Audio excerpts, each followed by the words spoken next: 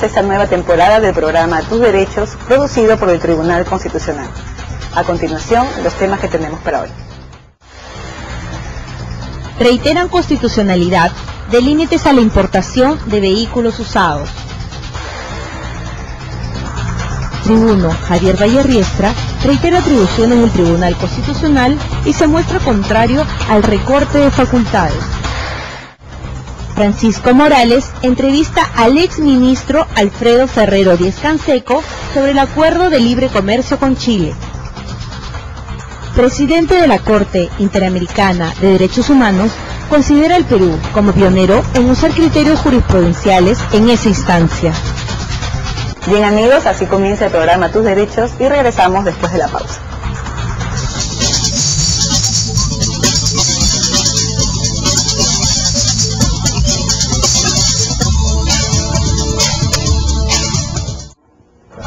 Bien amigos, continuamos con Tus Derechos. En los últimos días el Tribunal Constitucional se ha pronunciado acerca de la limitación de la importación de carros usados. Sobre el particular ha señalado que los requisitos establecidos en los dispositivos legales correspondientes constituyen medidas idóneas y legítimas para conservar y proteger el medio ambiente.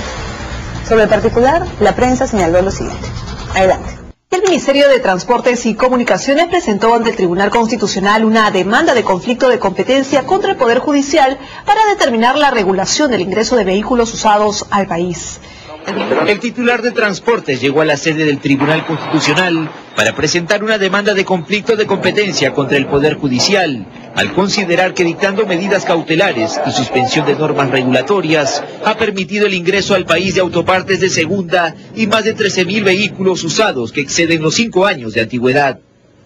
No dar espacio a más autos usados más allá de la antigüedad permitida, porque hay una correlación directa entre la fecha en que se elevó o se permitió la importación indiscriminada de autos usados y el momento en que se dispararon los accidentes de tránsito. El ministro de Transportes y Comunicaciones, Enrique Cornejo, presentó ante el Tribunal Constitucional una demanda de conflicto de competencia contra el Poder Judicial para determinar la regulación del ingreso de vehículos usados al país. Remarcó que esa competencia es exclusiva de su portafolio y precisó que también se planteó una demanda de inconstitucionalidad en contra de ordenanzas municipales emitidas por las comunas de Cajatambo, Yauyos y Canta, que declaran la inaplicabilidad de la ley 28325. Regresamos con Tus Derechos. Uno de los temas que causó mucha polémica en los últimos días ha estado referido a la idea de limitar las funciones del Tribunal Constitucional.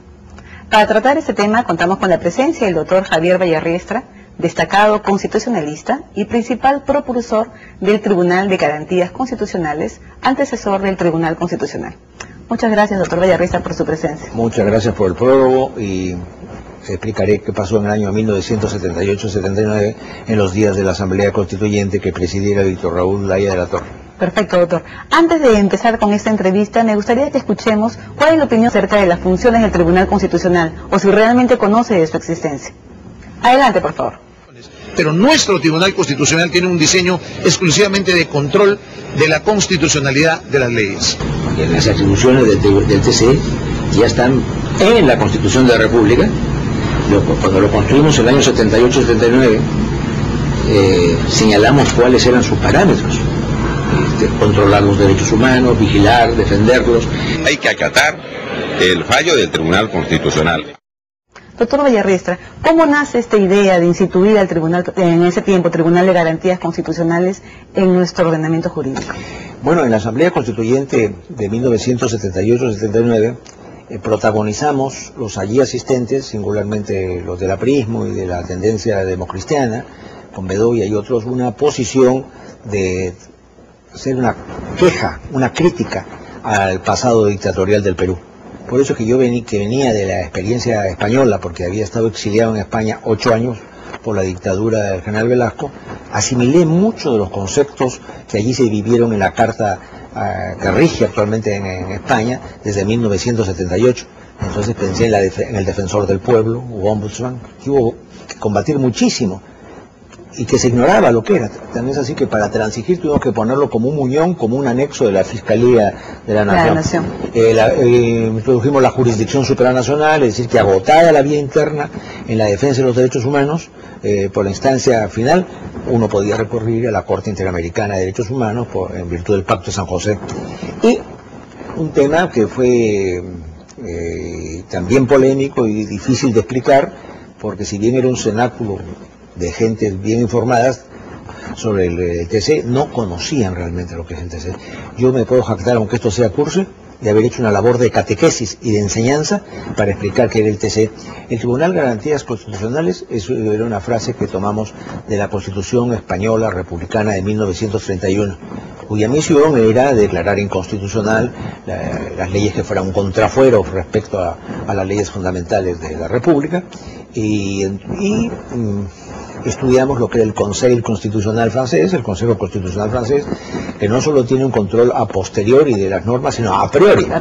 Estudiamos lo que el Tribunal Constitucional alemán, que ha tenido posiciones revolucionarias al respecto, y el Tribunal italiano.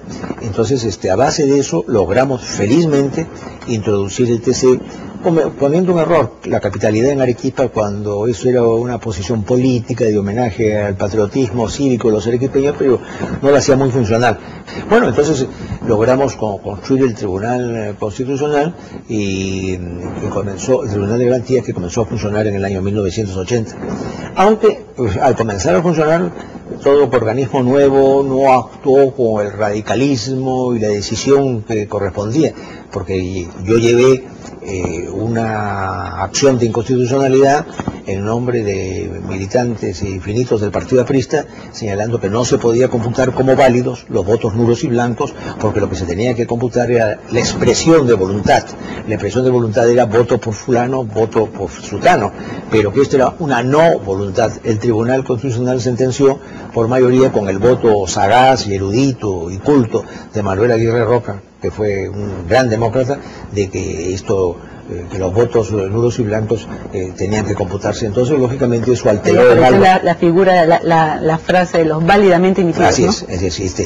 Entonces, comenzó allí, y después el Tribunal Constitucional, que es un ente nuevo. De tener 30 años en la historia constitucional de un país es una cosa novísima. Entonces ha ido paulatinamente adaptándose y forjando normas no previstas explícitamente en la ley, pero que corresponden a la naturaleza omnímoda de un tribunal de esa naturaleza. Perfecto. Doctor, ¿y cuáles son las funciones del Tribunal Constitucional? Bueno, actualmente. Las clásicas son de que pronunciarse sobre los habeas corpus y los amparos rechazados por los tribunales. El amparo, como sabe, el habeas corpus tutela la libertad, y el amparo los otros derechos. En el caso de que esto no sea admitido por el espíritu retrógrado de los tribunales, porque no hay ninguna explicación, el tribunal se pronuncia sobre el fondo del tema. El tribunal ha tenido actitudes radicales allí, porque incluso no ha esperado de que hubiera un rechazo en primera instancia de una acción de este tipo y un rechazo de la acción en la Corte Superior, sino que ha entrado al fondo del tema. Lo que me parece bien, porque es una manera sumarísima de proteger los derechos. Doctor Villarriestra, ¿usted considera realmente de que se deben limitar las funciones del Tribunal Constitucional? No por una razón, no es porque yo tenga simpatía o no por esta Corte, o porque haya sido históricamente idea desarrollada por mí en el Perú, sino porque por su naturaleza no es limitable. Y ahí el problema. Este no es un tribunal ordinario, no es un tribunal, un juzgado de paz, una Corte Superior, una Corte Suprema, que se aboca a aplicar normas penales y decir esto es falta, esto es delito, o a señalar que está bien hecho un protesto y llevarlo a cabo un embargo. Esos tienen que ceñirse ¿a qué? A la ley y a la Constitución. Pero en cambio el Tribunal Constitucional, por su naturaleza, desde que se creó en el mundo, tiene como misión definir qué cosa es lo constitucional y qué es lo inconstitucional, y expulsar, como lo hemos dicho en la primera parte de este programa, no solo reglamentos,